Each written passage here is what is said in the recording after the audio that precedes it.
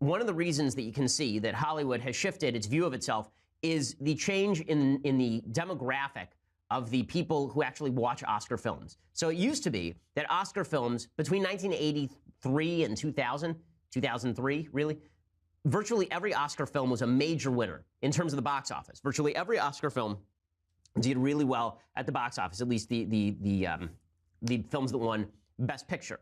Right? And so I'm going to look up the list right now, and I will tell you, there has not been an actual good movie that has won Best Picture at the Oscars, like a great movie that's won Best Picture at the Oscars, in my opinion, since 2010, and there hasn't been a box office winner at the Oscars for nearly 15 years. For nearly 15 years. It's really an amazing, amazing thing. Right? Let's look back at the Best Picture winners. So, 2016, the Best Picture winner was Moonlight, which made like $5 at the box office. Before that, it was Spotlight. Fine movie, completely forgettable. You know, again, I enjoyed Spotlight. I think Moonlight is a fine film. It was obviously the social justice winner because it was about gay black people in the inner city. Whatever, that's fine, but that's not exactly designed to be a box office busting winner. Okay, Spotlight won the year before that. The year before that, it was Birdman, which I thought was just an execrable film. I just thought it was an awful, awful movie. 12 Years a Slave, which I think is a very good movie, but not obviously one that's going to bust down the box office doors. Right? It's about slavery. It is not a highly entertaining film. I think it's a well-made film. I don't think it's as well-made as, for example, Schindler's List, but 12 Years a Slave is a good movie. But is it like an all-time classic movie? Probably not. Argo, which is completely forgettable now. Do you even remember Argo? I remember when it won. Like, I saw it. It's fine. It's fun. But it's not like, Argo is not an important movie. The Artist, right? None of these movies made more than $5 at the box office. The King's Speech was the last really great movie that I think was a big winner at the Oscars. The Hurt Locker was the year before that. Slumdog Millionaire, which did decently at the box office, but won over like The Dark Knight. Are you kidding me? Okay, are you kidding me? It hasn't even, that was 2008. Okay, it's been 10 years. Does anyone even watch Slumdog Millionaire now? It's a fine film. I mean, I enjoyed it, but it's not The Dark Knight. Okay, No Country for Old Men is 2007. That was the last big box office winner that actually did really, really well at the Oscars, was No Country for Old Men. So that was 2007. And before that was The Departed, which, meh. Okay, Crash, the worst movie of all time. Okay, $1 Million Baby, again, okay, but sorry, movies about euthanasia don't exactly blow it up at the box office. And then you get, but by 2003, I think it was really in the Bush era that this happened.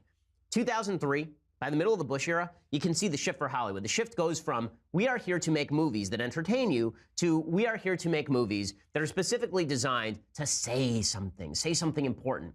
Because before 2003, all of the movies that were winning were big box office winners. The reason this is important is the people in Hollywood, the people who vote at the Academy Awards, see their role differently. They see their role in life, seriously, as we are here in order to, in order not to make big movies that make lots of money and earn us all enormous paychecks. That's something nice that we do. But what we're really here to do is push the message. And you can see that from the Oscar winners, because before that it was Lord of the Rings, Return of the King. It was Gladiator. It was Shakespeare in Love, which did really well. It was Titanic. It was Braveheart. It was Forrest Gump. It was Schindler's List and Unforgiven. It was Silence of the Lambs. It was Dances with Wolves, right? Every other year, it was a top 5 to top 10 box office movie that was winning. And we haven't had one of those in like 15 years. Okay, there's a reason for that, and it's because Hollywood does have messages it wants to promote. So we're going to talk about some of the messages that they wanted to promote at the Oscars last night. Okay, so here, let's start with this. And I think this says it all. Last night, Emma Watson showed up to the Oscars with a new tattoo. Her new tattoo said on it, "Time's Up." There was only one problem with her tattoo. It did not have an apostrophe. So she actually just has something that says "Time's Up," which doesn't, I don't even know what that means without the apostrophe. So, you know, no regards for Emma Watson on her tattoo. But this was the theme of the Oscars last night. The theme of the Oscars last night were men were bad. Men generally are bad. But here's the thing, Hollywood knows that men are bad. And they're good about this. They get it. They get men are bad, particularly white men. White men are really bad. Okay, white men are terrible. And the way that we know that white men are terrible is because Hollywood on the one hand was pushing diversity last night, meaning diversity of skin, not viewpoint, diversity of skin color, diversity of gender. But when it came to men, you know, men, bad men, those people, they're just bad. They're bad people. Right, here's Jimmy Kimmel last night saying, what we really need in America is more men without penises. Thankfully, Hollywood is there to provide them in ample supply. Here is Jimmy Kimmel.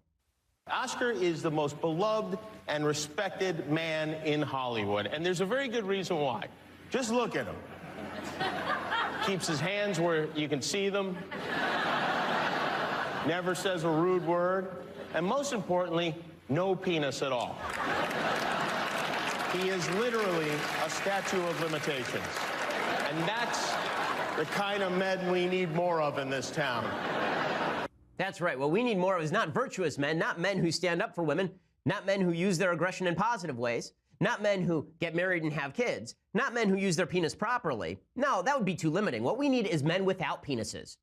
Now, it's really funny. C.S. Lewis once wrote an entire essay called Men Without Chests. And his entire essay is about when you have a civilization of men who have been scooped, their value has been scooped out, when they've been given nothing to live for, they become a problem. They become problems. Men Without Chests is one of the great essays in all of Western literature. Okay, and the entire premise is when you remove masculinity from men, you are doing them damage, and you are turning them into hulks of themselves, into husks of themselves. And here you have a guy on stage at one of the most watched events of the year talking about how it would be great if men had no penises.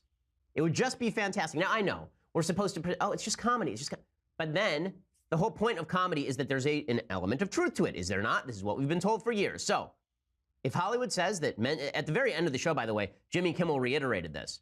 Like at the very end of the show, Kimmel actually suggested that that he wishes that he were a woman, which I don't know what the limitation on him is. I mean, one thing that we have learned is that if you wish to be a woman, don't let anyone stand in the way of your dreams, man.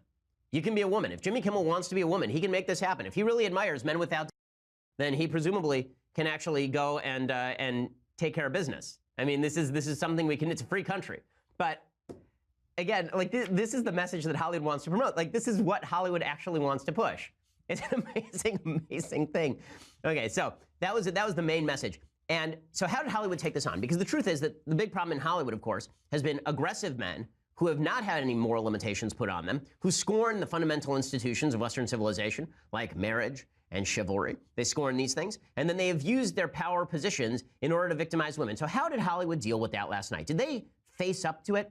Did they face up to it? Of course they didn't face up to it. So here is, this was, I think, the key. There are three Weinstein accusers. Three accusers of Harvey Weinstein got up, and they were pushing the Time's Up movement. So this is Salma Hayek, Annabella Shapiro, and Ashley Judd. Okay, all three of them have accusations to make about Harvey Weinstein.